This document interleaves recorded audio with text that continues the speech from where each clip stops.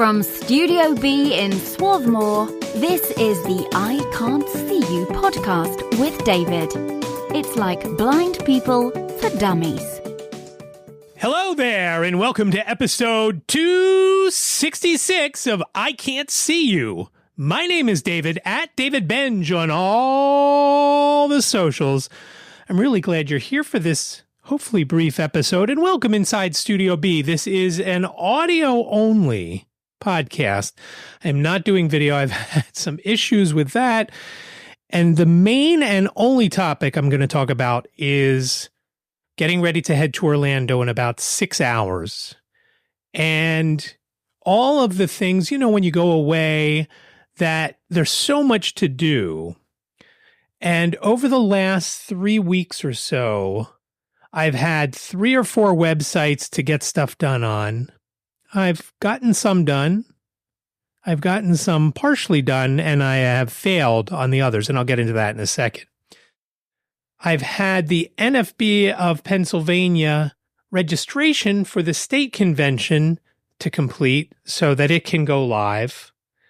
I am done, I believe. I just have to test to make sure the payments go through, and I'm going to do that after I record this episode.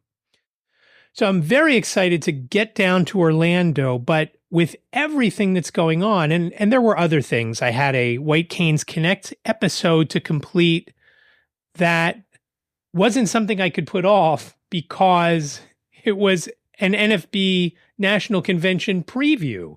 Lisa and I talked to the couple of folks from the NFB of Florida about what they do to plan for the convention. And because it's the national convention, NFB National takes care of most of the things, but because it's in Florida, the folks in Florida do have some things to do. So we talk about that with them, and it was nice to chat to those two people. We talked to Kay and Camille from the NFB of Florida, along with NFB of Pennsylvania President Lynn Heights. And it was a nice interview, and it was fun to do, but I had to get it out. And that became an issue. I had another project that I've been working on to get done, and I got a call that said I didn't have to have it done before I went away, which was great because I was just about done and I was pushing, but it was audio editing, which I guess I now do on the side. And it's $50 an hour if you're interested. So please reach out if you have any interest in that. But all of this stuff to do, and the worst part of it all, I've been having a lot of trouble with my left eye. My left eye is the one that still has a little bit of sight. But for the last few months, I have a lot of pain in it. And because of the pain, I keep it closed a lot, because it hurts less when it's closed than when it's open. And there's some correlation with when I take eye drops for it, within half an hour to an hour, it's sometimes gets excruciating, the pain. And there's really nothing I could do about it. When I went to my retina guy a couple of weeks ago, he told me to go see the glaucoma guy, and I'm going to see the glaucoma guy in a few weeks. So I'm interested to see what he has there. I'm not going to lie, I'm a little concerned by it, but it has made it difficult to get stuff done. And I've told a few people, and I might have mentioned this even on last week's episode, that one of my goals this summer is to learn Reaper, which is what a few folks that I know use. Brian Fischler uses it when he edits that Real Blind Tech show, and I'll talk more about that Real Blind Tech show in a moment. But it's something that I would be able to do while my eyes are closed, because all the folks that I know use it are blind. And I obviously would be able to use it when I have the little bit of sight that I do. It's just because this one project that I was working on and I was pushing to get it done, because it was audio editing, and I couldn't edit when I couldn't see. I can certainly listen to things, but I'm not well versed in Reaper, so I couldn't use it to edit even a little bit. So I couldn't get that done. And that was the main thing. And obviously I couldn't edit the websites and things like that. I did a little bit of work using VoiceOver and kind of got a handle on that. And that wasn't too big of an issue, but it wasn't a lot going on there that I was doing. I was editing documents, basically web pages, not creating new ones and doing all sorts of crazy coding and things like that. So it was a real issue. It just made things go a lot slower, and I was disappointed by it. It was just a lot going on. And I, again, had a lot of other stuff going on. I went to the Museum of the American Revolution. A few of us helped out. They are doing a new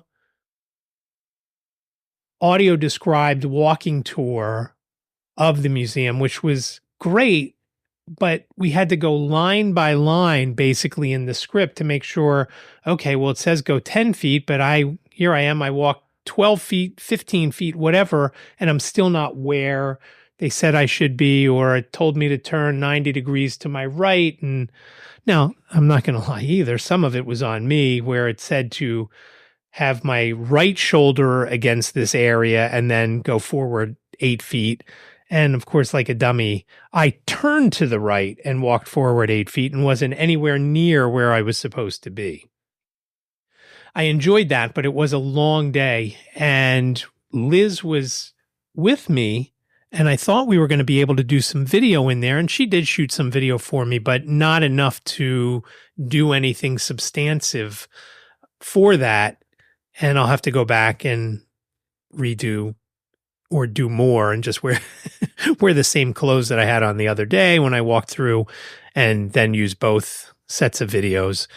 But all of these things to do and get ready, and then also having to do, I'm in charge of the exhibit hall table at the convention. We're selling some tote bags, which are very cool. And they're in a couple of different formats. Some are dye sublimation, which is basically a funky word for printing. It's more than printing. It's the fabric. It goes to the middle inside of the fabric so it doesn't fade, and it's not just a print on top of type of thing. It gets into the fibers of the fabric and should stay as long as the bag is around. So we have those. Those are going to be $30. We have embroidered ones, which are very cool, because especially one of the graphics is going to be very tactile. And that is a big deal in the blindness community, because people want to know what they're quote unquote looking at. And that graphic is blind at heart. That's on the front of the bag in the lower left. On the lower right is an NFB of Pennsylvania logo. And on the back, very cool, the entire back has the White Canes Connect cover art. And those embroidered bags are $40. There's also a limited edition of the embroidered bags that have bling on it, basically little glittery bits in a pattern on top of some of the embroidered spots. So we're selling those. We're selling some chocolate bars. And again, I had to basically take over the exhibit hall, which was fine. And obviously I have the skill set for that, but I felt like I was scheduling for the video store again, except instead of renting videos, we were selling candy and tote bags. And I sold candy at the video store too. So really not outside my realm. But that was something that I had to send emails out and get folks to come in who do all the scheduling. Again, wasn't too crazy, but just, again, something else I had to do. Now, I've been waiting to say it because I wanted to make sure I got through a good chunk of this episode.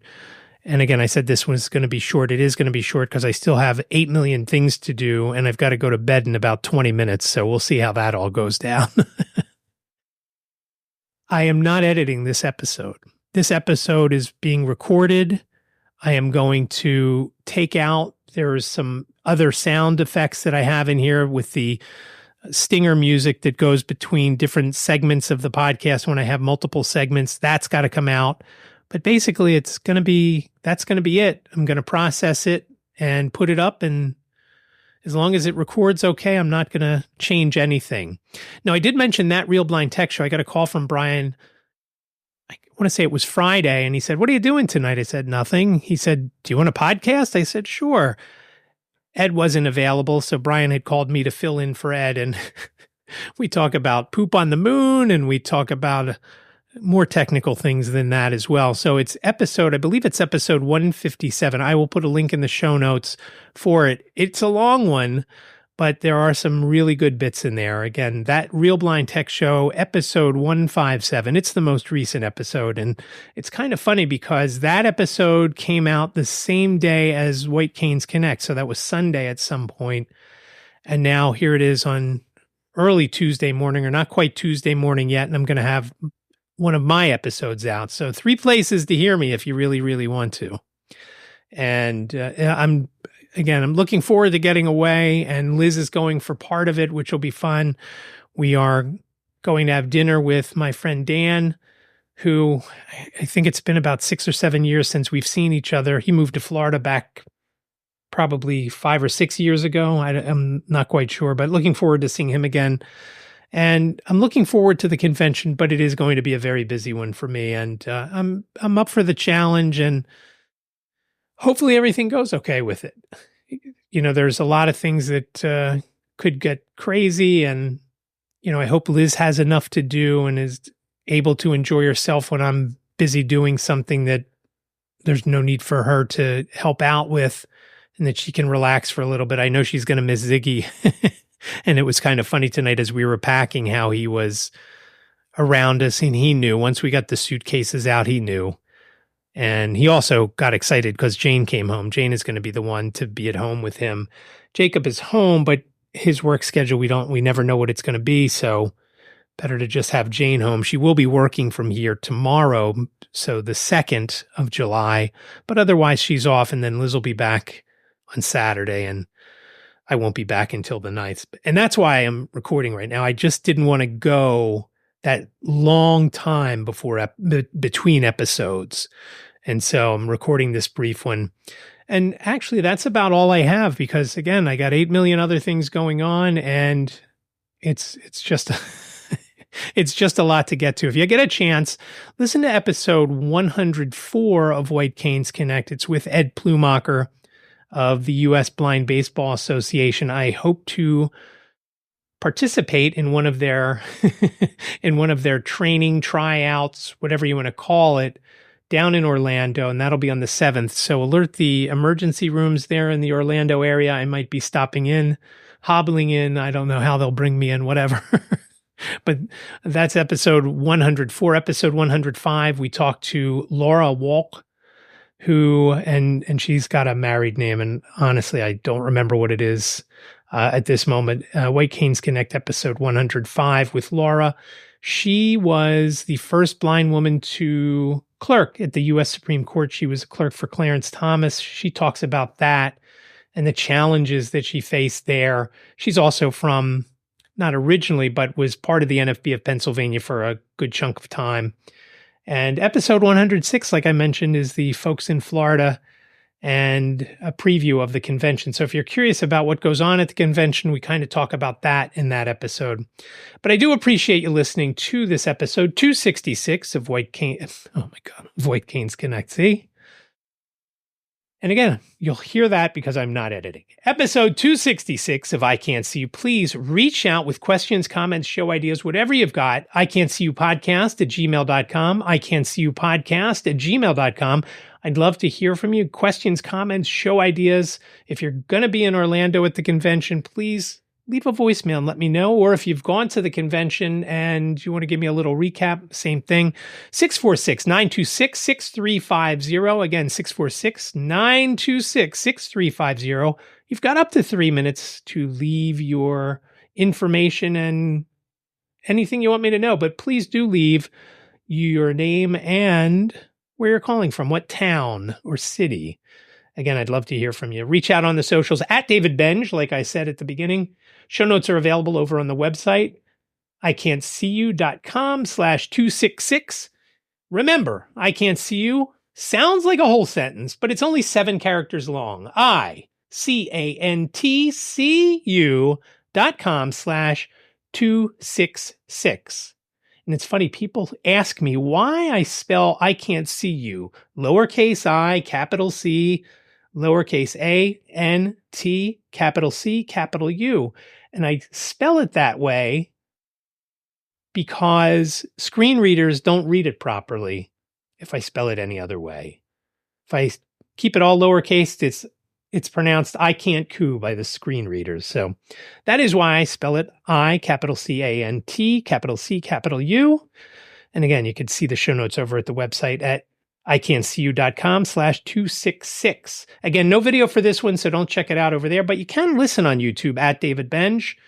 Actually, just youtube.com/David Benj. I really do appreciate you listening. I will tell you all about Orlando sometime after the 9th when I return home. Thanks so much for listening. Be well, stay safe, and I will talk to you in the next episode.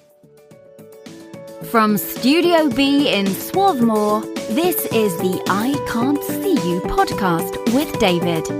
It's like blind people for dummies.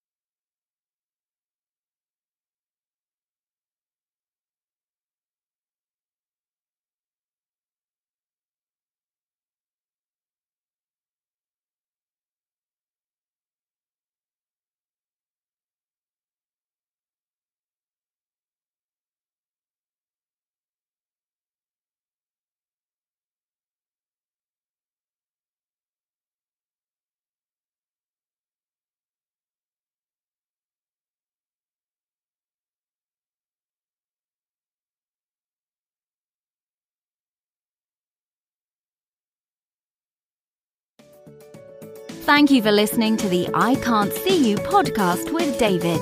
Please rate, review, and subscribe to the podcast wherever you listen. And don't forget to share the podcast with your friends.